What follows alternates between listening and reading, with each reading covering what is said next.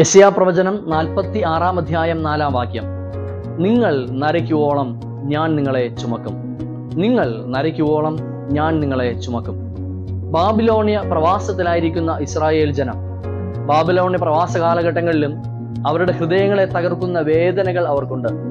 പ്രവാസത്തിലേക്ക് ജനത്തെ പിടിച്ചുകൊണ്ടുപോകുമ്പോൾ അവരുടെ ദൈവീക സാന്നിധ്യമായിരുന്ന യെരൂശലേം ദേവാലയം തകർക്കപ്പെട്ടു. ദേവാലയത്തിലെ വെള്ളി പാത്രങ്ങളൊക്കെ ശത്രുക്കൾ അപഹരിച്ചിട്ടുണ്ട്. ദൈവീക സാന്നിധ്യമായിട്ട് ഈ ജനത്തിന് ഒന്നും തന്നെയില്ല. മറ്റ് ഇതര വിശ്വാസങ്ങളിൽപ്പെട്ടവർ പ്രവാസത്തിലേക്ക് കടന്നു പോകുമ്പോൾ തങ്ങളുടെ വിഗ്രഹങ്ങളെയും അവർ ചുമന്നുകൊണ്ടു പോകാറുണ്ട്. പ്രവാസ കാലഘട്ടത്തിലായിരിക്കുമ്പോഴും അവർ പാർക്കുന്നിടത്ത് ഈ വിഗ്രഹത്തെ സ്ഥാപിച്ച് വിഗ്രഹത്തോട് പ്രാർത്ഥിപ്പാനും ആരാധിപ്പാനും കഴിയും. ഇസ്രായേൽ ജനത്തിന് വിഗ്രഹങ്ങളില്ല. അതുകൊണ്ട് തന്നെ പോകുന്ന ഇടങ്ങളിൽ കൊണ്ടുപോകുവാനായിട്ടവർക്ക് ദൈവീക സാന്നിധ്യമില്ല. ഇപ്രകാരം ദൈവീക സാന്നിധ്യം പോലും നഷ്ടപ്പെട്ട് വേദനയിൽ ആയിരിക്കുന്ന, തകർന്ന ഹൃദയത്തോടെ ആയിരിക്കുന്ന ദൈവജനം, ആ ജനത്തോട് യെശയ്യാ പ്രവാചകൻ പറയുകയാണ്, പ്രിയമുള്ളവരെ, നിങ്ങൾ ആരാധിക്കുന്ന ദൈവം, ആ ദൈവം നിങ്ങളെ ചുമക്കുന്ന ദൈവമാണ്.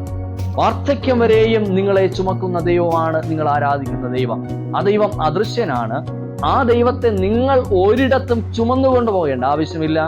നിങ്ങളെ ചുമക്കുന്ന ദൈവം. തിരുവചനം കേൾക്കുന്ന ദൈവജനമേ, ഒരുപക്ഷെ ഇസ്രായേൽ മക്കളെ പോലെ ഏകാന്തതയുടെയും ഒറ്റപ്പെടലിന്റെയും അനുഭവങ്ങളിലൂടെ നാം കടന്നു പോകുമ്പോൾ നാം തിരിച്ചറിയേണ്ടുന്നത്, നാം ഒരിടത്തും ഒറ്റയ്ക്കല്ല എന്നാണ്.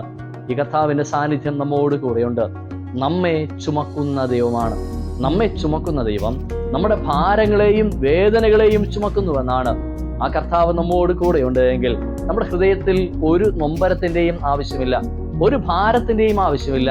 നമ്മെ ചുമക്കുന്ന, നമ്മുടെ വേദനകളെ ചുമക്കുന്ന, നമ്മുടെ ഭാരങ്ങളെ ചുമക്കുന്ന കർത്താവ്.